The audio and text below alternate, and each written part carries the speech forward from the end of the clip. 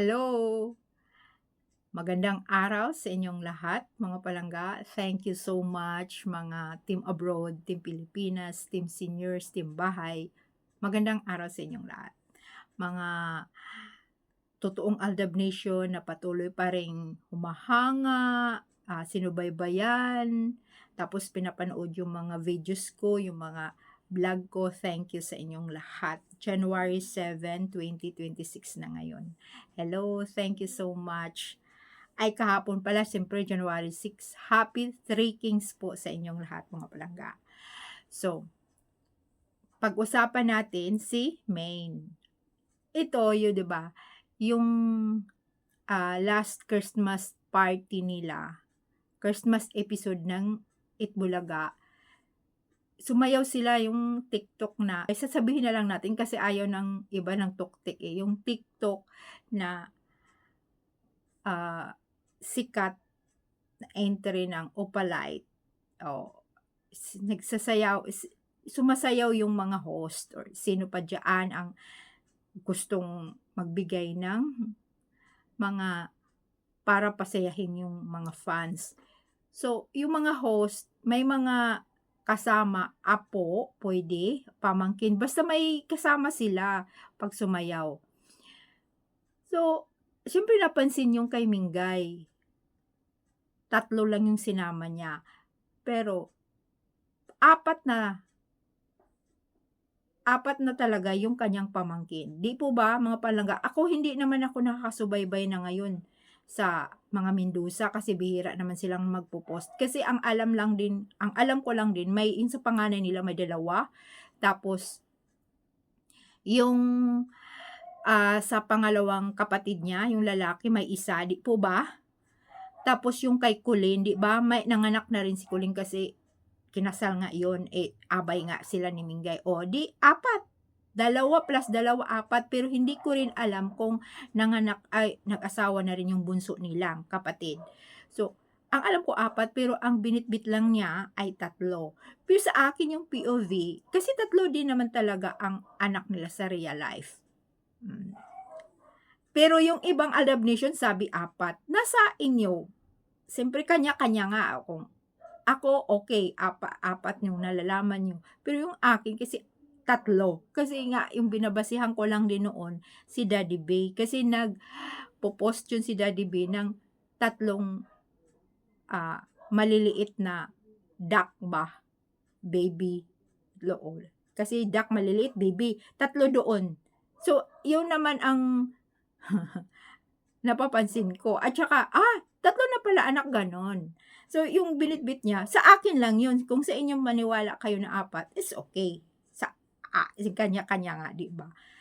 So, ngayon, yun na kasi nagtatrabaho ito, nagtatrabaho din si Anjo, nagkagulo nga sila Anjuliana, so nagba-vlog na rin si Anjo, dami niyang mga entry, dami niyang inilabas, pero nabu-booking nga kasi kinalaban nga. Nagkalaban sila ni Tito Sen, na-booking nga yung mga kaguluhan sa loob ng EB, sa loob ng studio, na mayroong mga kababalaghan na nangyari diyan sa loob ng studio. Ito na naman, mayroon na namang na-scroll ko na, ayan, 'di ba parang hindi nila pinaalis yun si kagaya kay Jose, kaya hanggang tuloy-tuloy pa rin kasi nga malakas din naman si Jose sa mga namumuno diyan, lalong-lalo na sa TVJ. So, may nangyari pala nun, 'di ba? Sino naglabas nun? Si Anjo. Pero yung iba, wag niyong pansinin, gano'n. Pero ito, mga palangga, katotohanan din. Kasi ito na naman, isang resibo na lumabas na. Kailan lang ko nakita? Kahapon lang? Basta nakita ko siya na, yung pala si Wally din. 'Di ba nabalita rin noon na ganyan, may iskandal na nangyari? Oh, nagkaanak rin pala sa AB Babes. Pinakita, yung kasama pala niyang anak na sumayaw noong Christmas, anak pala niya yung isa dun. Tapos nandoon yung ina na si Yush ba yun, Babes? Andoon yun daw ang nanay doon sa bata na yun. So, yun nga yung iskandal na nagawa noon ni Walo, ni Wally, na hindi mo na siya pinapapasok. Katotohanan pala yun. yun, kaya yung mga nagko-comments doon sa post na yun, sabi, katotohanan pala ang mga sinasabi ni Anjo. O yung mga, siyempre yung mga nanonood sa atin, hindi naniwala yung iba. Alam nyo, tingnan mo, darating talagang panahon na ilalabas nila. O kalaki na kaya yung anak na yun, ilang taon na nilang itinago, di ba? Ang alam nga natin, alam nga natin hindi sila nagkaanak, pero nagkaanak. Ganun talaga. So kung i-ano din natin sa Aldab, yun, may oras talaga na ilalabas nila. Na yung mga inaano ng mga fans na gano'n na may anak, may oras talaga yan na ilalabas talaga yung katotohanan. Aldab, tingnan mo na itago din nila. Ilang taon na yung bata na baka 12 na yun, ang laki na. Babae yung mayroon doon na post na nakaaro ito ang anak. Kasi nandoon din yung si AB Babes doon kumuha din ng video. Yung nagsayaw sila nagsayaw si Wally. So, katotohanan pala talaga na yung mga sinasabi ni Anjo na mayroong mga kababalaghan na nangyayari doon yun sa loob ng Itbulaga. Tapos sasabihin nila na malinis. Tapos pag hindi ka sumusunod, syempre, tatanggalin ka nila. Iyan siguro sila ni Wally at saka si